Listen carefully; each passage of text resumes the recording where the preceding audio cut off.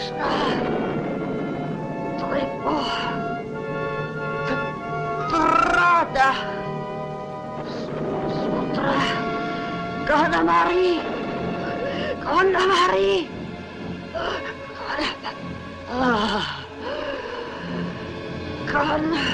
Ganamari.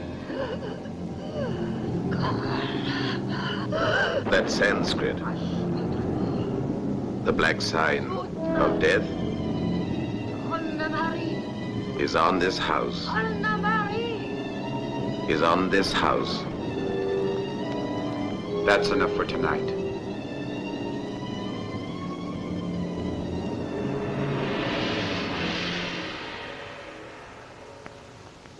How do you feel?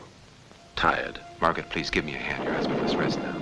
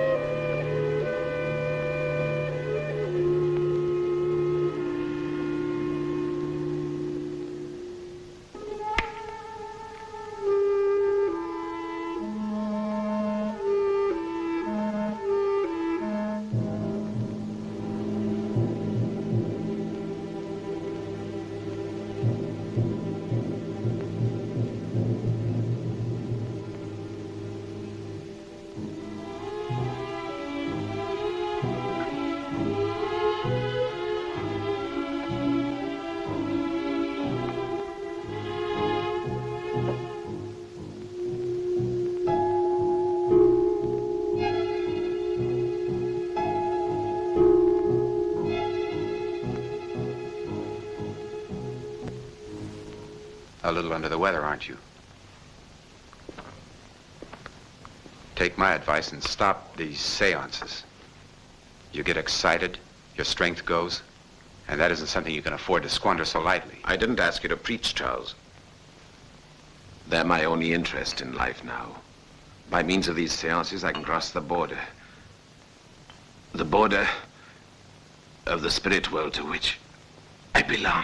You'll never get better if you go on like that. Better? I'll never get better. All I can hope for is a quick death. No. John. John, are you mad?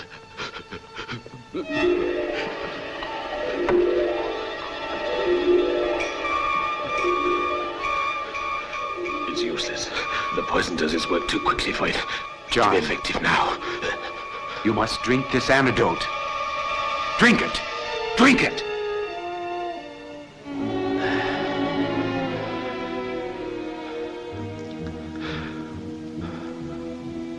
Why? You really had me worried that time.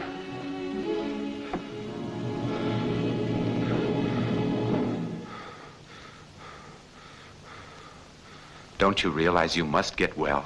You must. It isn't only your life, it's your theory, your cure. That wonderful inspiration that'll save the lives of millions of poor cripples. Yes. I mustn't forget the efforts that you've made. It's a heavy responsibility for a doctor to give lethal poison to a wealthy patient. These two poisons will stimulate your limbs back to life. I know it. Thank you. Give me faith. And if you change your mind, Charles, it would be simple to put me away. A drop more poison, too little antidote, and that is natural. You've a declaration signed by me, which limits you to carrying out my preparation. All right, John, that's enough.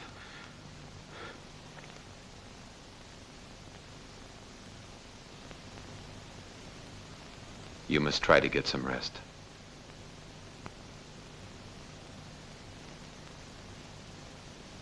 I'm off to the hospital. See you tonight.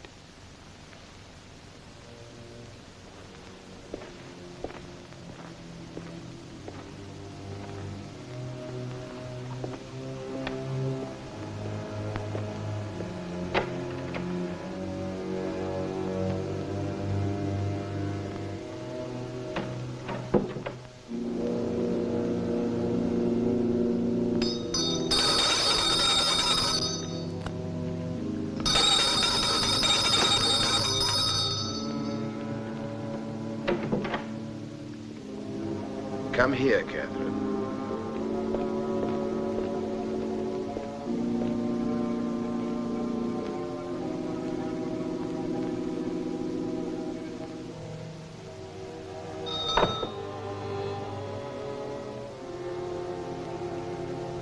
Get me a glass of gin.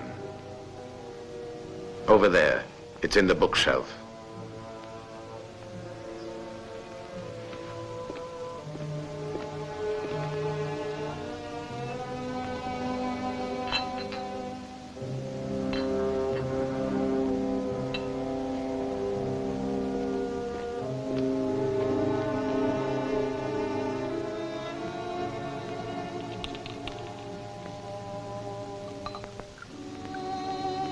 More! More! Sir, you really shouldn't. The doctor will be angry. Damn the doctor!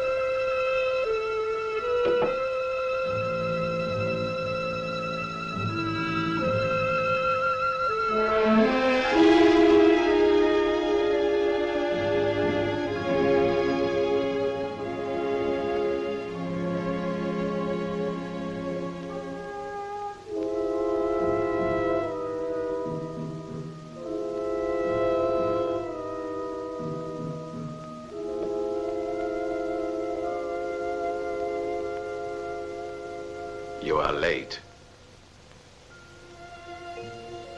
You were an unusually long time in the garden. I'm sorry, darling. But don't be cross. It was such a lovely day. Don't say that.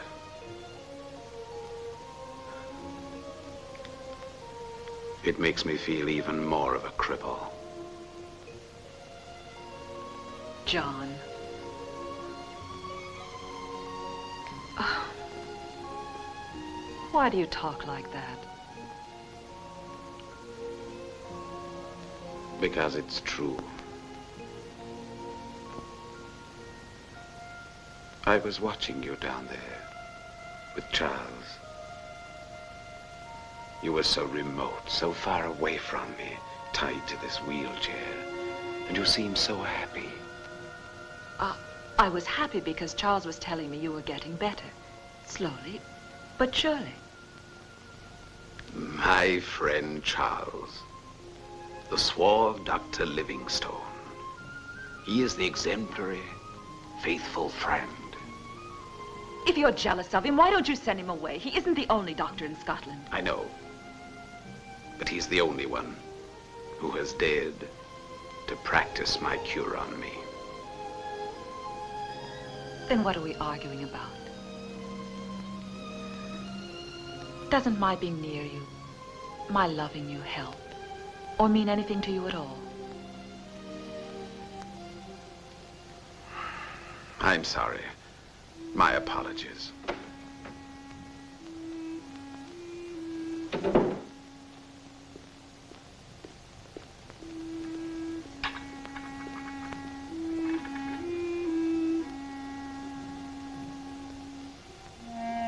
You may go, Cat. I'll do it. You know I want to be the one who takes care of my husband.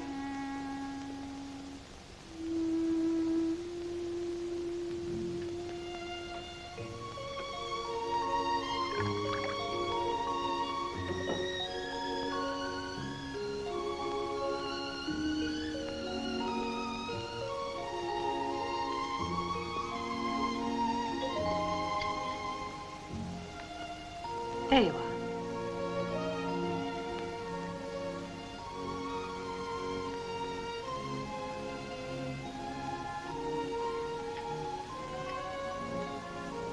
Is that all? That's all.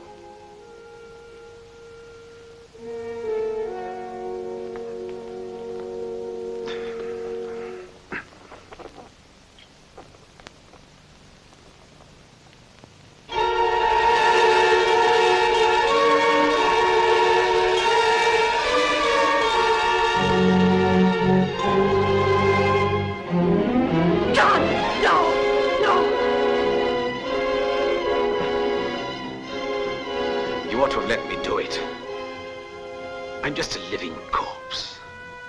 No, John, no. Don't talk like that. One day you might regret that you stopped me from killing myself. Who gave you the revolver? Was it Catherine? No. It's been hidden in here for years, among the books.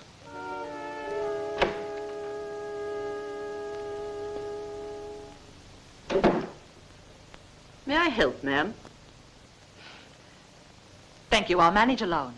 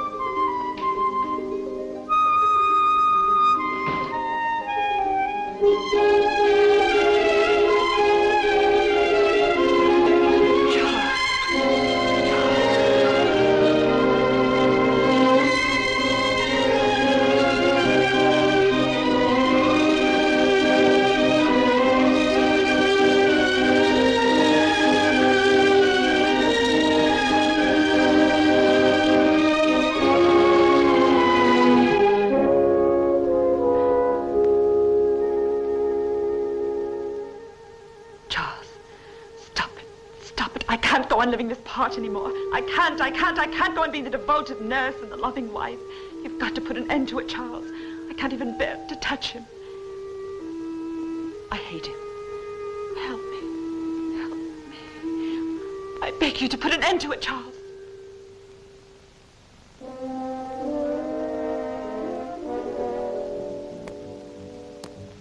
It's impossible. You know that as well as I do. I thought you loved me. I thought you would do anything in the world for me. Anything, yes. Not that. But don't you see he's getting better? No, he's not. A cure is a stimulant. It gives him occasional shots of vitality, but it doesn't alter the nature of his disease. Believe me, darling, we won't have to wait much longer. You're lying. You said yourself a cripple can go on living for years and years. You are lying, aren't you? I can't stand it, I tell you. I can't stand it, Charles. I can't. You can just abandon it all and leave it. You can leave him, you can leave me, you can do anything you like. I'll never leave you. Then free me.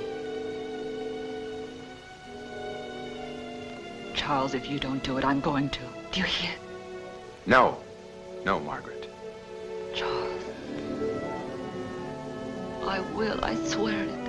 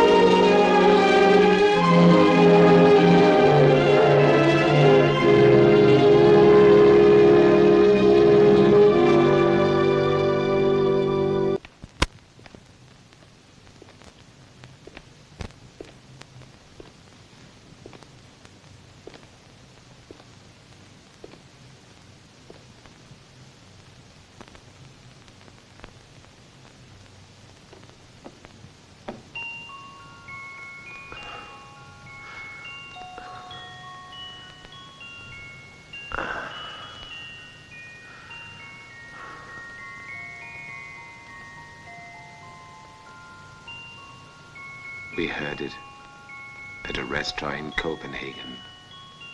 It was the first time I met you, remember? So long ago. Nearly 13 years. The waiter insisted on presenting us with a bottle of Dutch gin. I was a real man then. A doctor, building a reputation, yes. And you, a beautiful, penniless young thing, without a care in the world.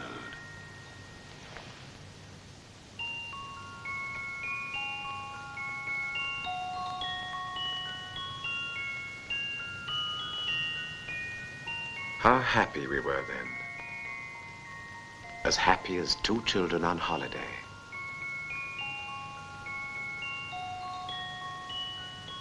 Don't move, darling, or I'll cut you.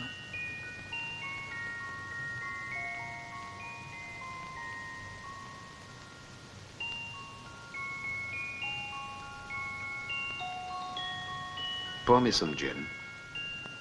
You know you shouldn't. It brings back memories.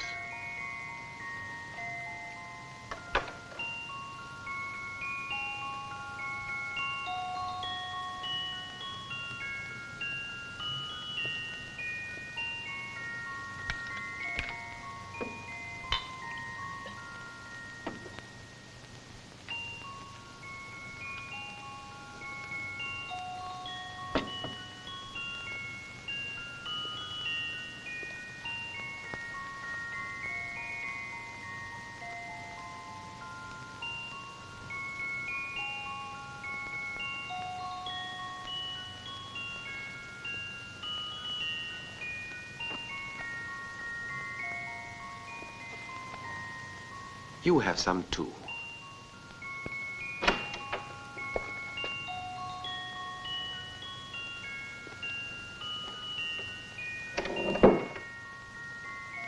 Good evening, Canon Owens. You look the picture of health. Good evening, Mrs. Hichcock. You too, my friend, are looking very well, I'm happy to say. Yes.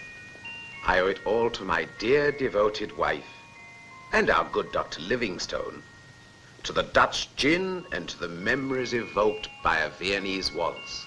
Then, since you are in such good spirits, Dr. Hichcock, perhaps you will have patience enough to listen to me. Oh, no, thank you. I never drink. What I have to say is not altogether pleasant. Out with it, Canon Owens. Have you come to tell me that the people are still gossiping about the devilish rites being conducted in the house of evil, crippled Dr. Hichcock?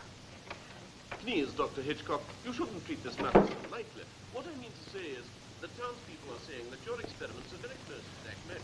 And you must remember that not very long ago they were witch hunting. And they are also saying, Dr. Hichcock, that the devil has set his mark. So you also believe that I'm actually in league with the devil, is that right, Canon Owens? The devil is more real a person than our modern world would have it, Dr. Hichcock. Come, can't you forget these experiments? I appeal to you as a man of science. Surely you should be the first one to despise superstition. It is no superstition, Canon, I assure you. It is all basically scientific.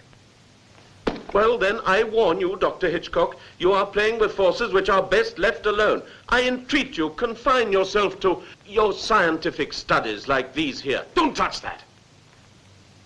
That phial holds curare, one of the deadliest poisons. If even the slightest scratch on your hand were to be touched by it, you might have ended your days in a wheelchair like me. Usually, curare kills, but in small doses, it paralyzes. Oh, I'm sorry. I didn't know.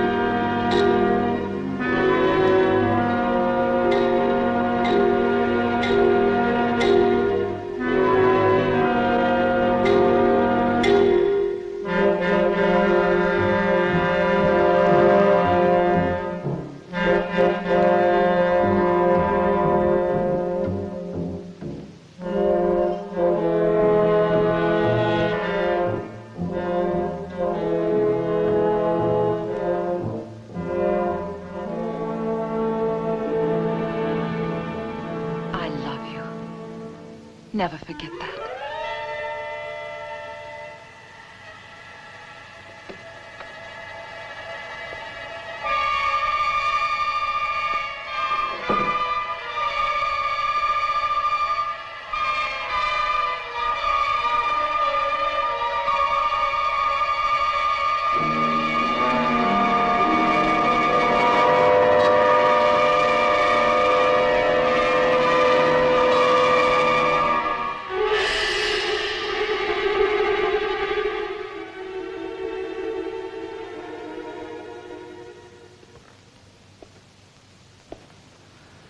Just a minute, Charles.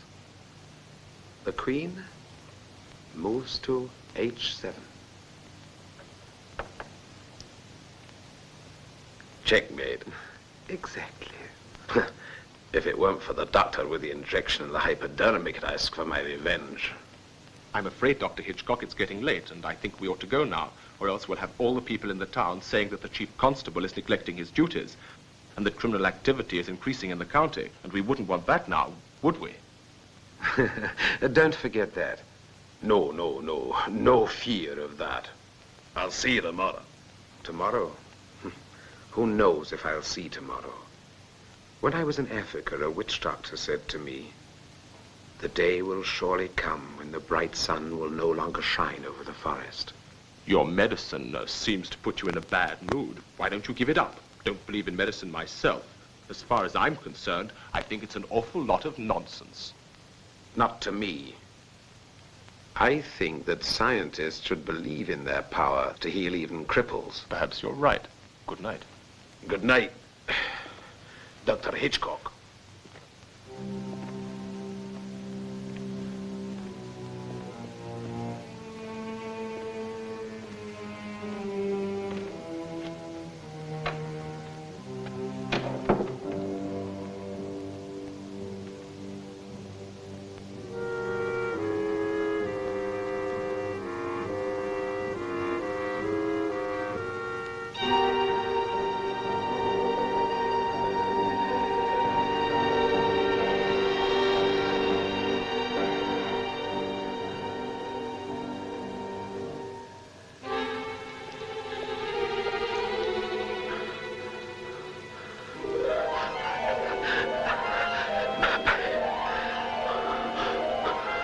Be quick. Be quick. Give me the antidote. What's the matter, Charles? Give me the antidote, please. Please, Charles. Please. I'm suffocating.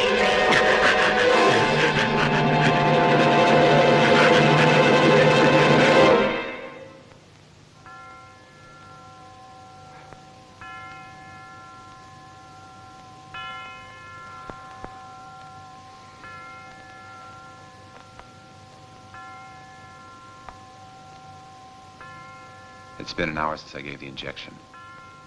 It should be over now.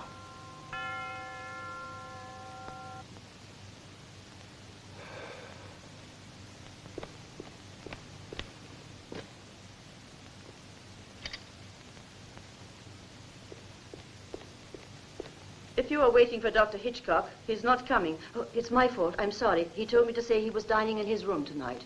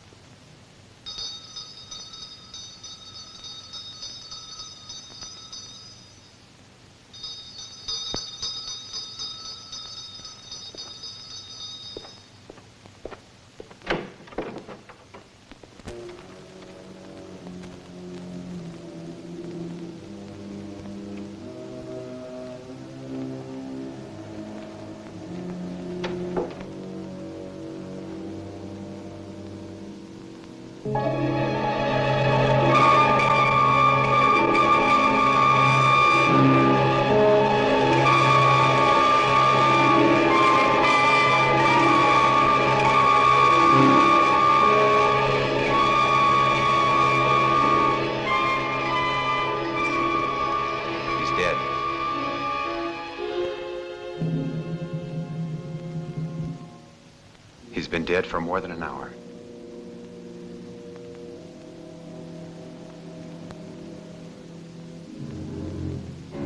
The Lord is my shepherd, I shall not want. He maketh me to lie down in green pastures. He leadeth me beside the still waters. He restoreth my soul. He leadeth me in the paths of righteousness for his name's sake. Yea, though I walk through the valley of the shadow of death, I shall fear no evil. For thy rod and thy staff, they comfort me. Thou preparest a table before me in the presence of mine enemies. Thou anointest my head with oil. My cup runneth over. Surely goodness and mercy shall follow me all the days of my life, and I will dwell in the house of the Lord forever. Amen.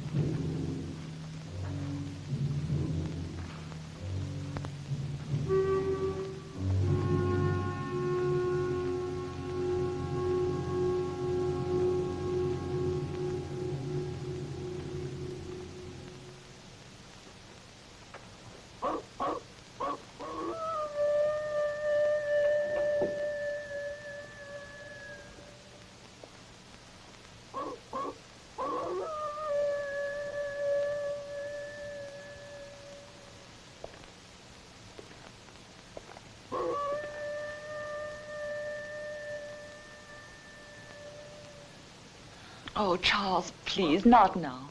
It's all right now. We've nothing more to fear. It's all over.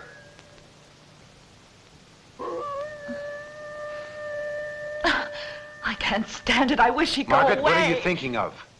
You mustn't lose control. We knew it would be difficult, but remember, we have each other. Oh, stop him, please. Make him stop. Make him stop.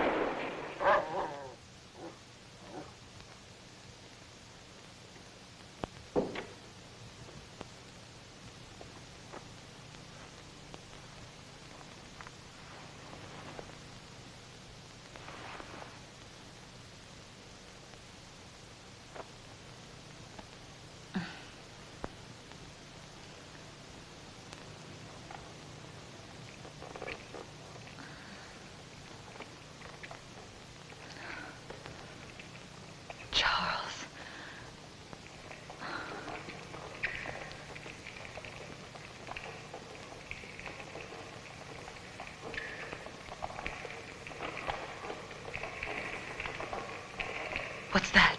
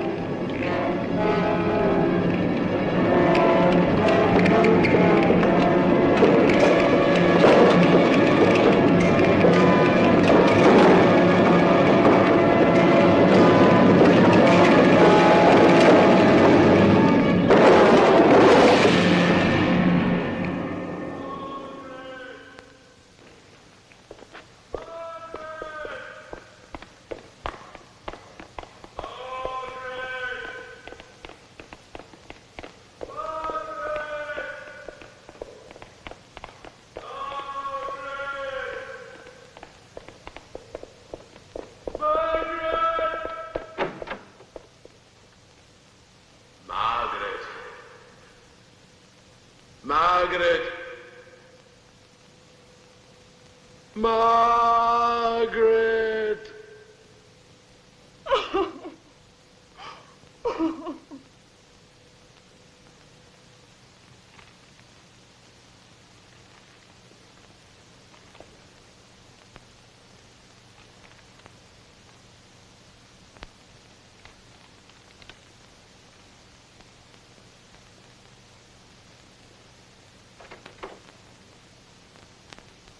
Madam apologizes. She'll be down How at is once. she? She's not too well, sir. It's strange. I wouldn't have thought her so sensitive. The master's death has upset her, and if I may take the liberty, sir, I don't think you should leave the house now. Madam needs your care. Please, Dr. Livingstone, stay with her. She's taking it hard. Yes, I'll stay.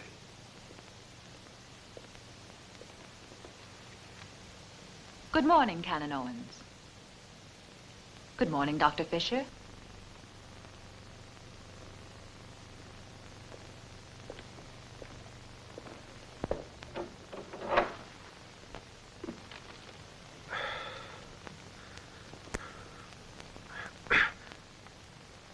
The last time I saw our poor friend, that is to say the night before his demise, he seemed strangely excited.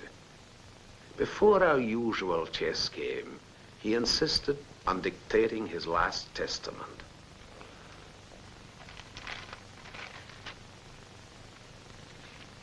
Dowbridge, November 4th, 1910. I, John Hichcock, sound of mind, am dictating this, my last will and testament, to my solicitor, Mr. Albert Fisher, of Fisher, Markley and McNabb, of 10 High Street, Dowbridge.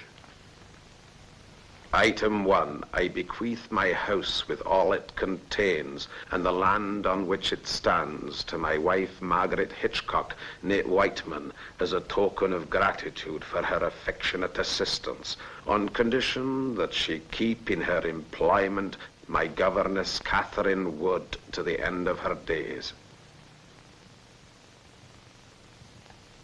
Item 2, 2/3 of the contents of my safe in bonds, shares, currency, and jewels, which is to say all that I have been able to save during my existence, should be given to the Home for Orphan Children, directed by Canon Owens in the recognition of the several instances in which his words as a friend and clergyman have brought balm to my troubled soul. The remaining 1/3 of my belongings shall become the property of my wife, who shall use them in any way she thinks fit.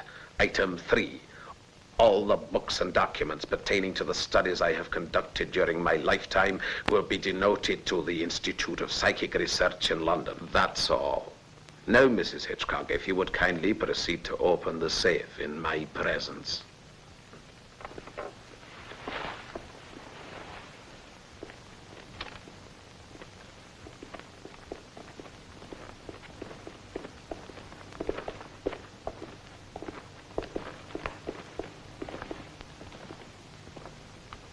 The key is in the drawer of that desk, Mr. Fisher. You'll find it yourself by opening it.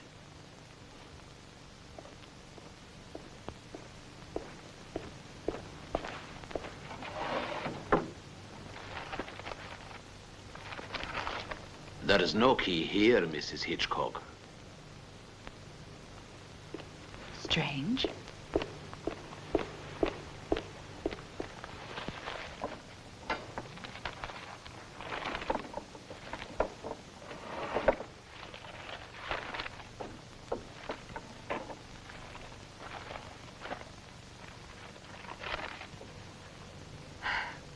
Catherine, do you know where the key might be?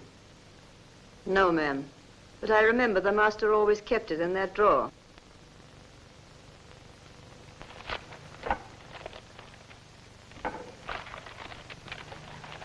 There's no hurry, Mrs. Hitchcock. You can take your time. And if you think it necessary, Canon Owens and I can have the safe sealed.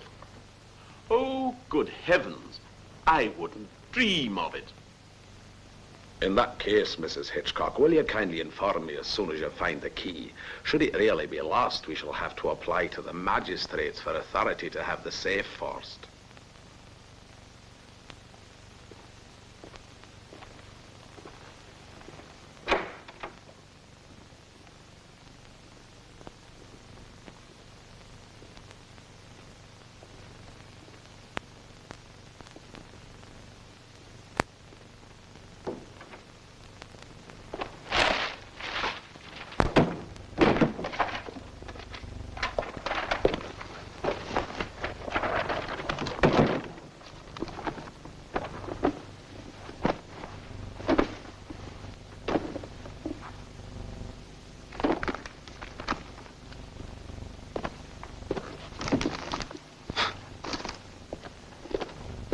Well?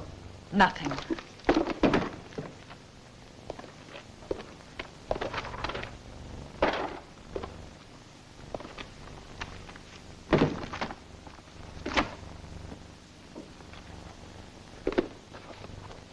And yet it must be.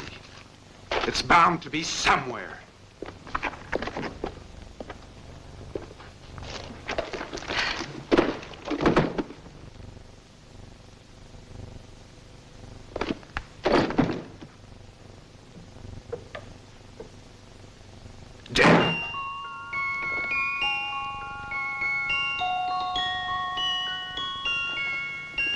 No!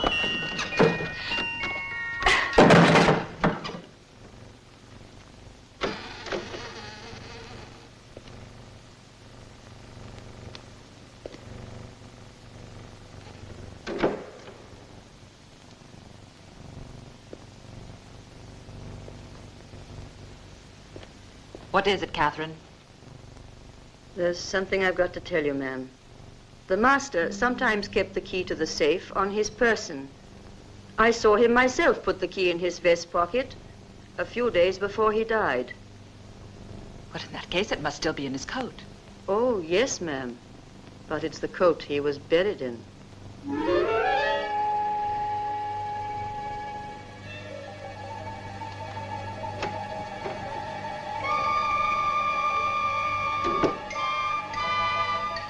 Well, you see, John has the last laugh. There's 150,000 pounds in shares and jewels in that awful safe of John's. Oh, 60% of which is to go into the greedy hands of dear Christian-minded, charitable Canon Owens. It's so funny when you think what we've risked together for the benefit of those poor orphans. And dear Canon Owens. Oh, it's so terrible. Don't you think it's funny? Stop it, Margaret. Margaret! Margaret! Oh, the key's buried with him, buried with him, buried. We can't force the safe. They'd find out. Of course not. All we need's the key. Charles, I want that key.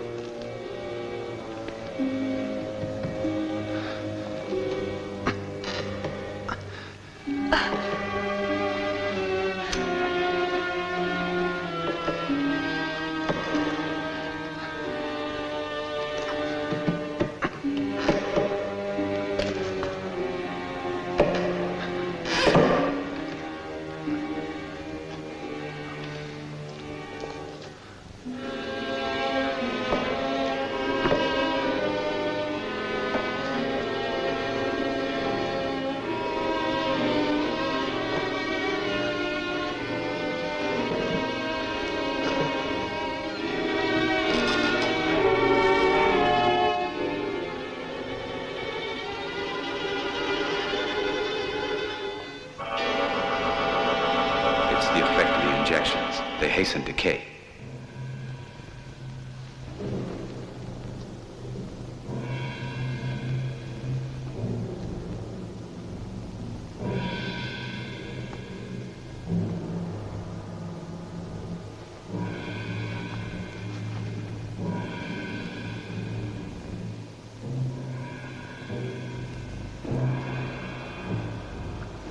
Here's the key.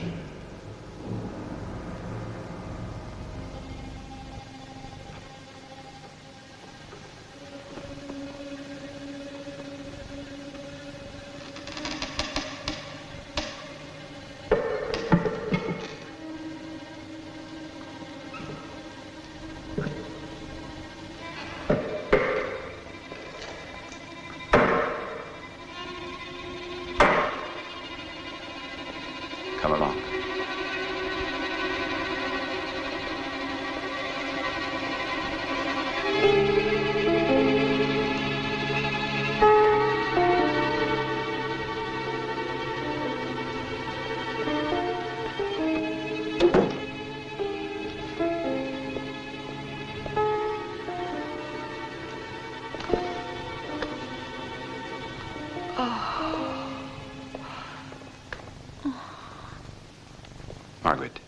Margaret, we've got it. That's all that matters. Let's open it. Come on.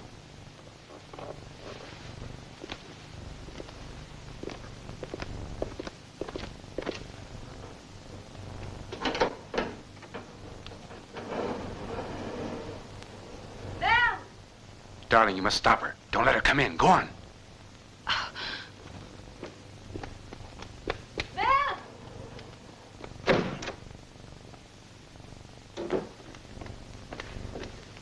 Ma'am, excuse me. I was wondering... Oh, did you hurt yourself, ma'am? How terrible. What happened?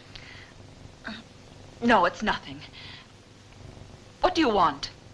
Is Dr. Livingstone upstairs? Yes? Why? They're asking for him at the hospital. It's very urgent. All right, I'll tell him. Oh. Can I help you, ma'am? It's all right, Catherine. Let me help you. No.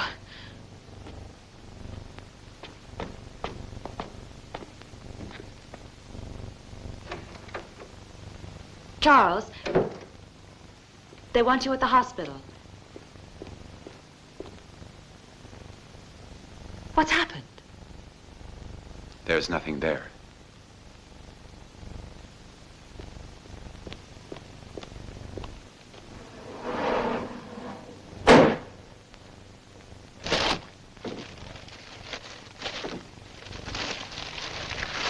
I tell you, there's nothing there. No money, no... just papers and documents.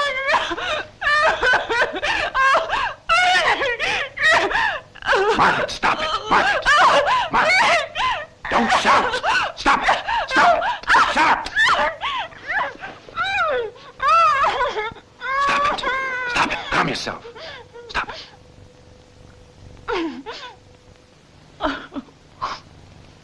Come on. Get up. It'll be all right. We'll find it sooner or later. Sit down.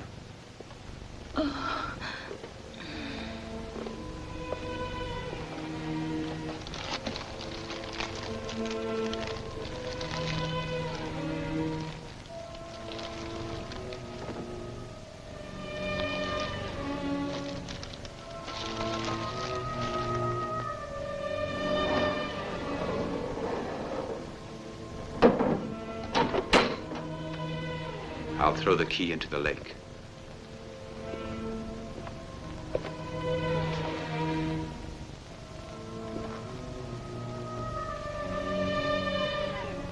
I must go.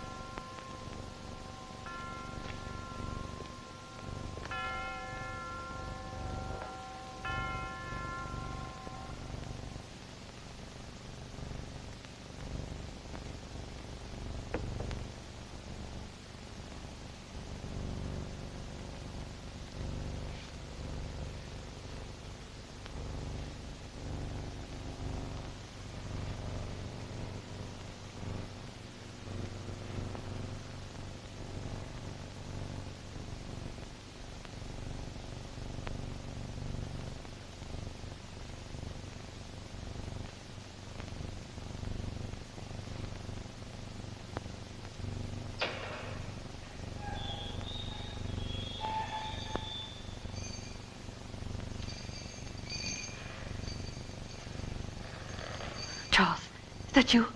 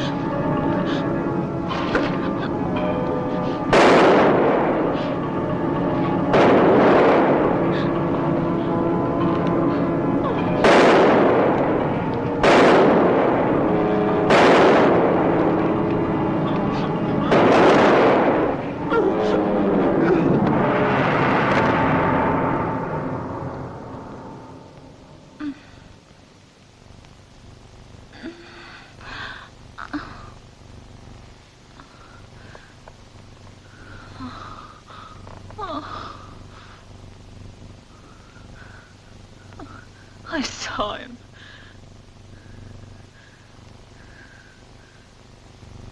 He was there. He was there. Behind the drapes. It was John. John. He was alive. I tried 4 or 5 times, but he kept on coming. It was horrible.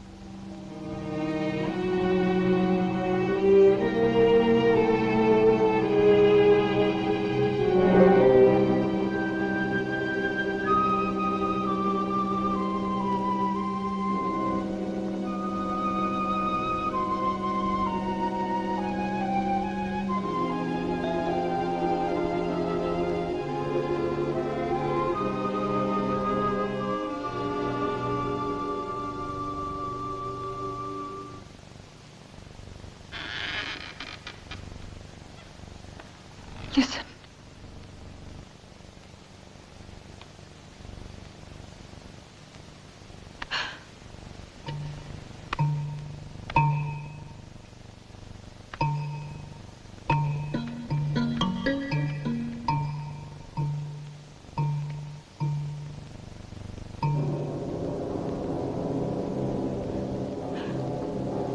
It's blood.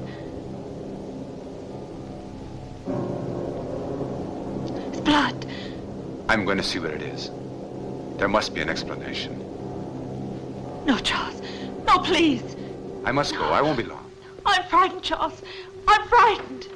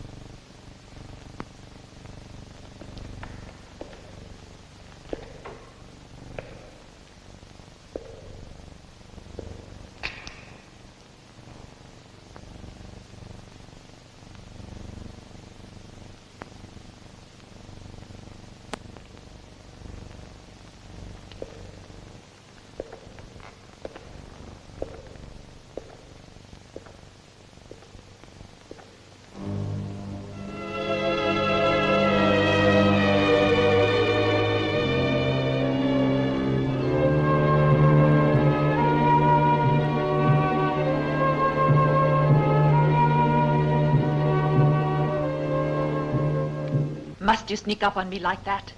Excuse me, ma'am. Canon Owens to see you. He is waiting for you downstairs. What's he want? I don't know. He didn't tell me.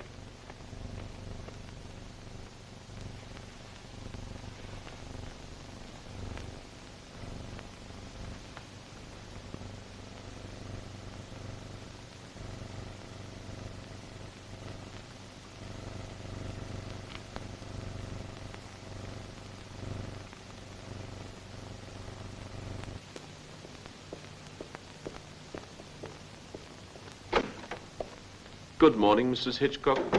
Good morning. Please sit down. Oh, excuse me.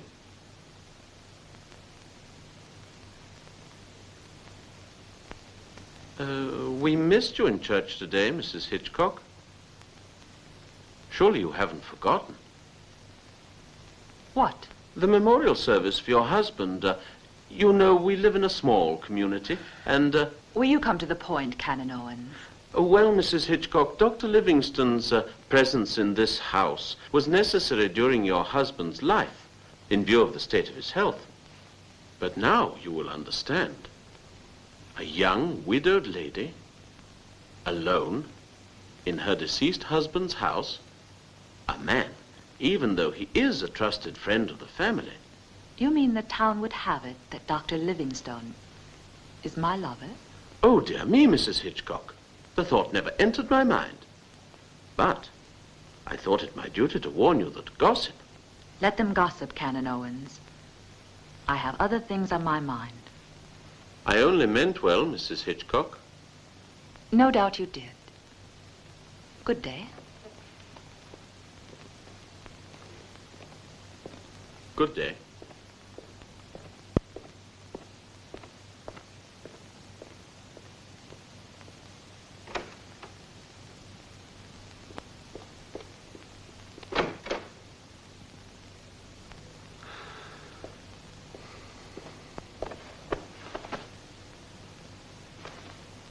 Have you gone crazy? What? First, you forget to attend a service in your husband's memory. Then the canon comes and you put his back up. You practically insult him. Charles, you seem to forget that it was he who insulted me by suggesting you were my lover. The fact is, it's the truth, my dear. And we don't want people to find out the truth, do we? I'm sorry, Charles, but what could I do? You should have thought about it first. We're playing a dangerous game, Margaret.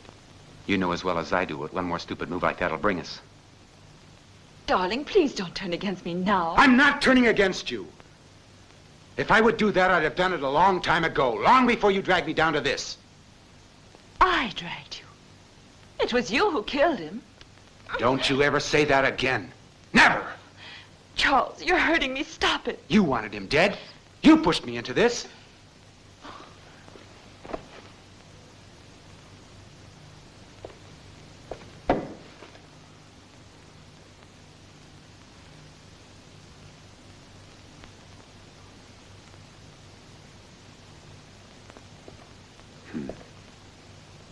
Margaret, forget it. My nerves must be going too. It's John coming back like this to these walls. He's much more between us now than he ever was alive. He's always here. I always feel him just over my shoulder.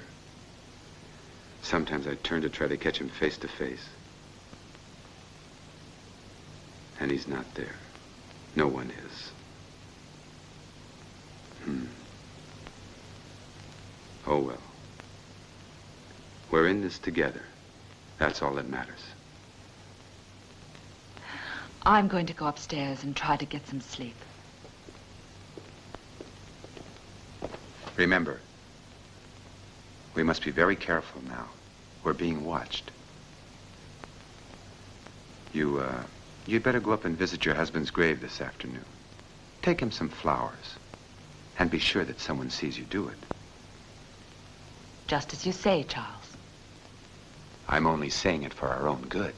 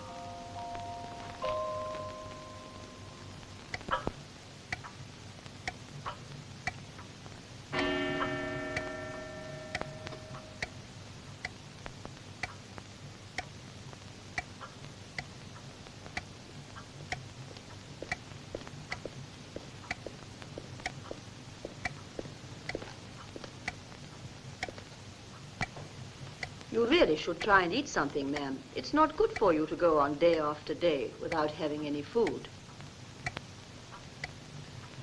I don't want it.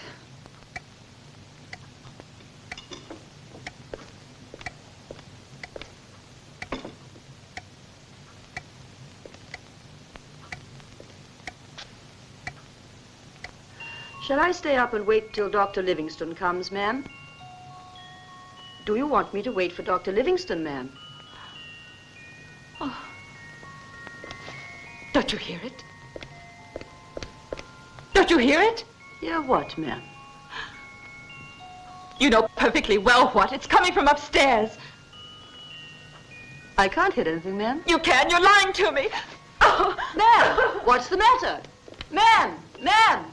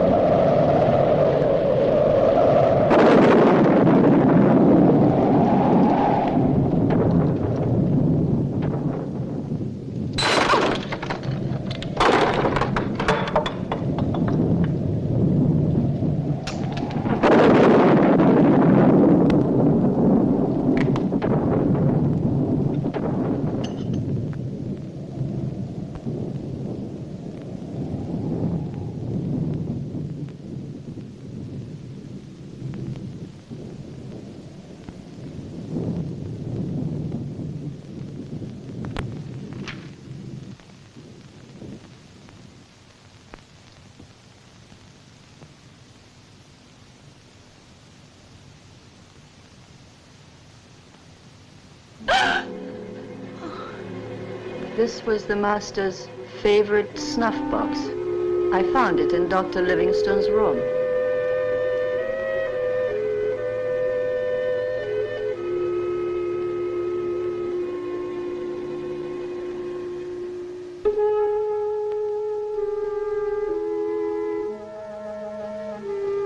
Yes, I remember now. The safe was already open when Catherine called.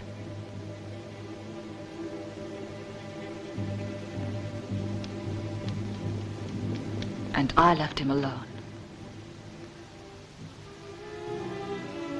No, it's impossible. But the snuff box must have been in the safe. Oh, how stupid I've been.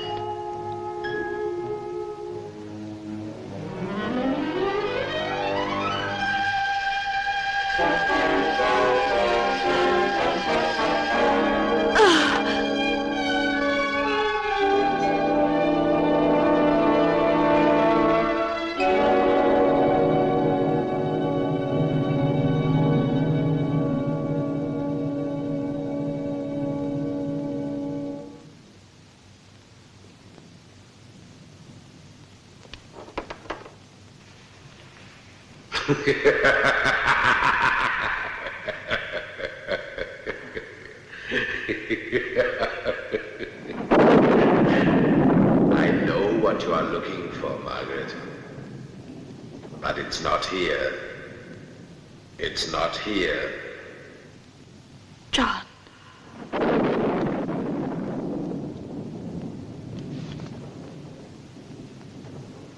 Well, Margaret, it's not here.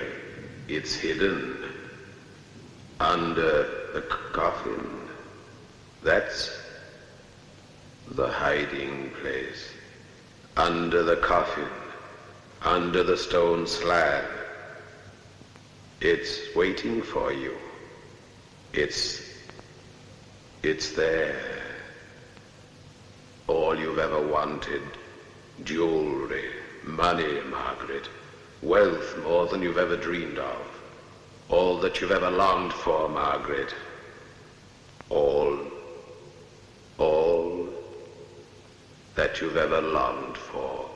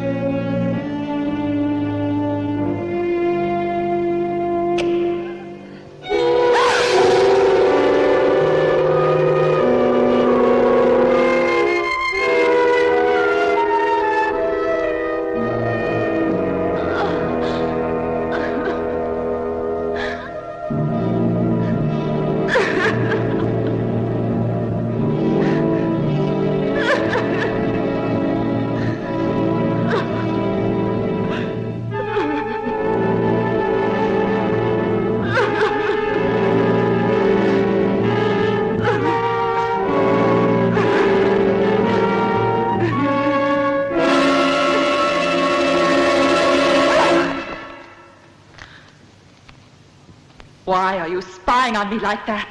Somebody got to it before you did.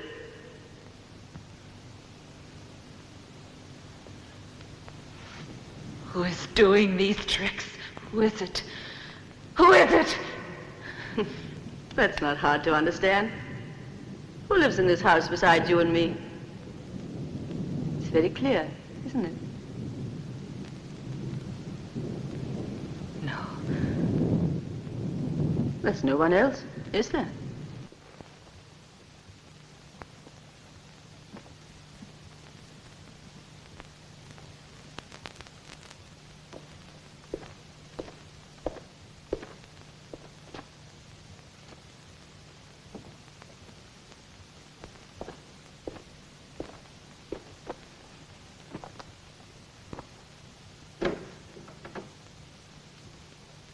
Charles.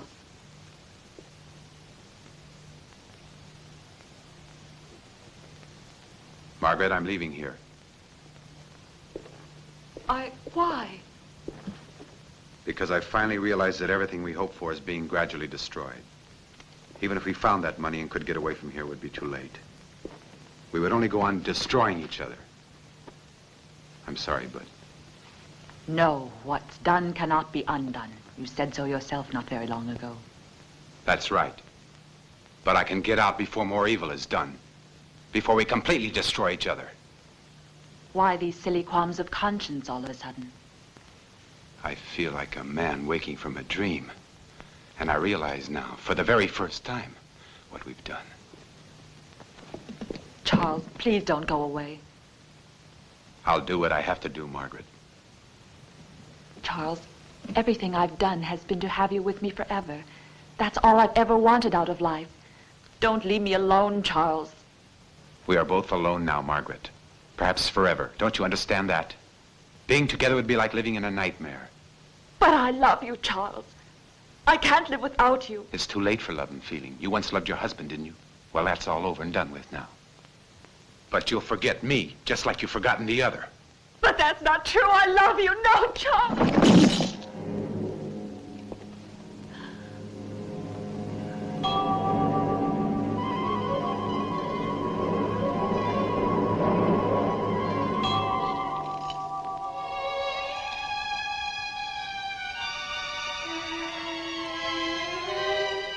And I didn't believe her. I didn't believe my own eyes. But Margaret, I didn't know about this. yes. You don't think that I... What should I think? What should I think, Charles? It's all quite clear now, ever since the very first thing when I left you alone with the safe. Oh, Are you no, crazy? I'm no, not a thief. No, yes, you are a thief. You What? deceive me. What are you talking about? Liar, I've got to know what you're talking about. I swear I didn't take them. Margaret! No, leave me alone. Stop it! Don't never. No, Margaret, stop it, will you? You crazy? I swear I didn't take them. I didn't know they were in my bag. So now you'll be convinced it's best we split up.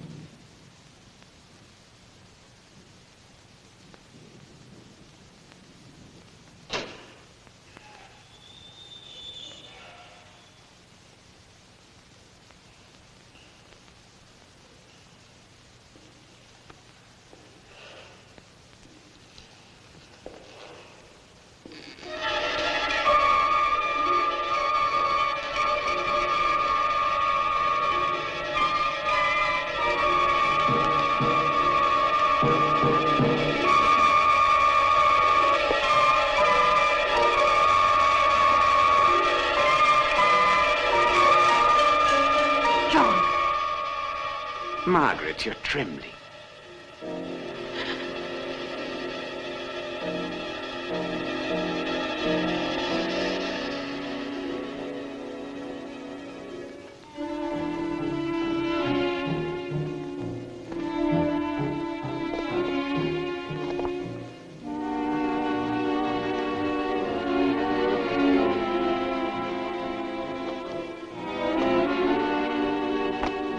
Perhaps you weren't expecting me. You should be accustomed to my materializing by now.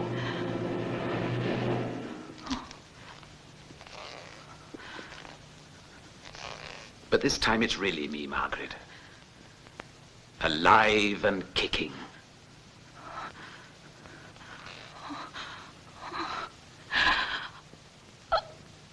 Just feel how strong my grip is. But I won't kill you. No.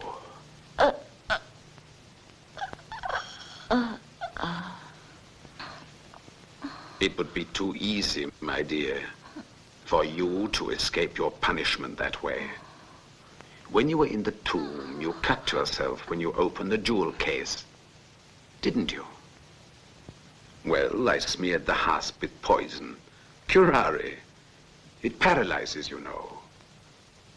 And now you'll be tied to that wheelchair like I was, and I'll be far away enjoying my wealth, which you and that poor idiot Charles were looking for so desperately. I had it all the time. Oh, I forgot to tell you. You were wrong about Charles. He didn't take the jewels. Catherine put them in his bag. He really loved you. Charles. I planned it all. It was Catherine who loaded the revolver with blank cartridges when you shot at my ghost. But when you so kindly fainted, she shot a few bullets into the wall and you went crazy with fear. You know, it all started when I realized I was really getting better. I wanted to bring you the good news. And I found you in the arms of Charles on the floor. You decided to get rid of me. But I replaced the curare with a liquid which produced apparent death, putting another corpse in my coffin, causing you to look feverishly for the estate, persecuting you incessantly night and day, appearing to you as a psychic materialization. Was all very simple, wasn't it, Catherine? Have you prepared everything for our departure, Catherine? Yes, sir. Perfect. Thank you for all you've done for me. You've been a great help. Thank you. Go now.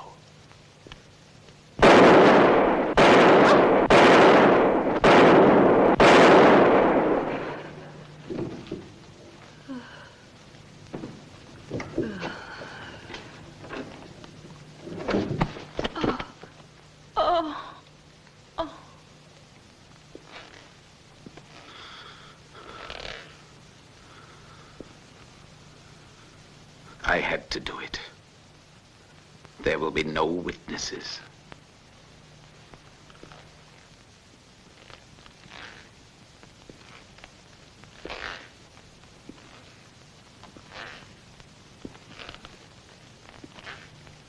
Margaret, one last favor, darling. Your fingerprints on the revolver butt, thank you. Now you'll be accused of her death, too. Poor Catherine.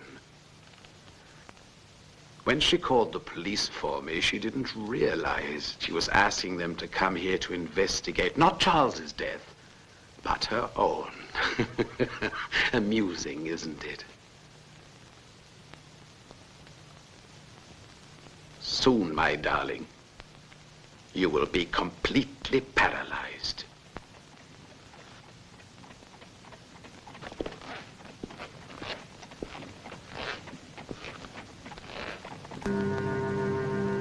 They've arrived. I shall have to leave you, my dear, before I expected. I apologize. I apologize profoundly. Ah. My faithful Dutch friend, Jean. I see that you're cultivating all my habits. You poured yourself a glass. Your good health. Or rather, your ill health. And to our memories of Copenhagen.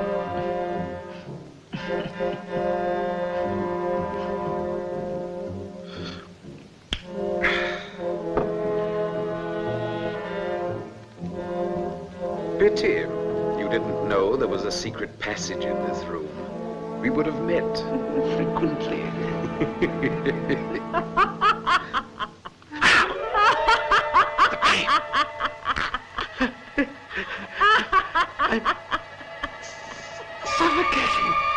That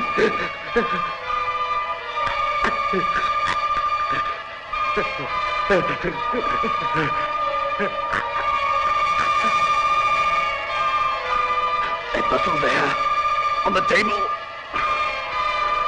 Give me that bottle. It's the antidote. We can still save ourselves. Help me.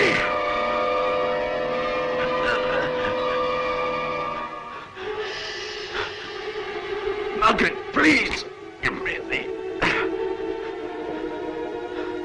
the antidote, Margaret.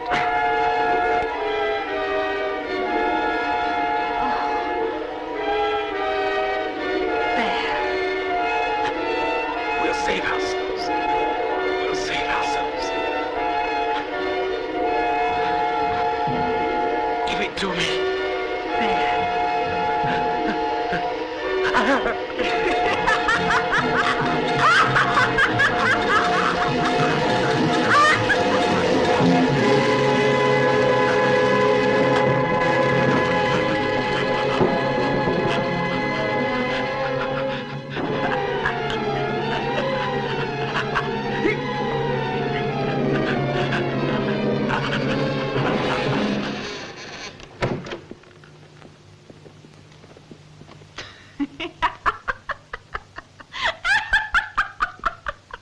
Take her away.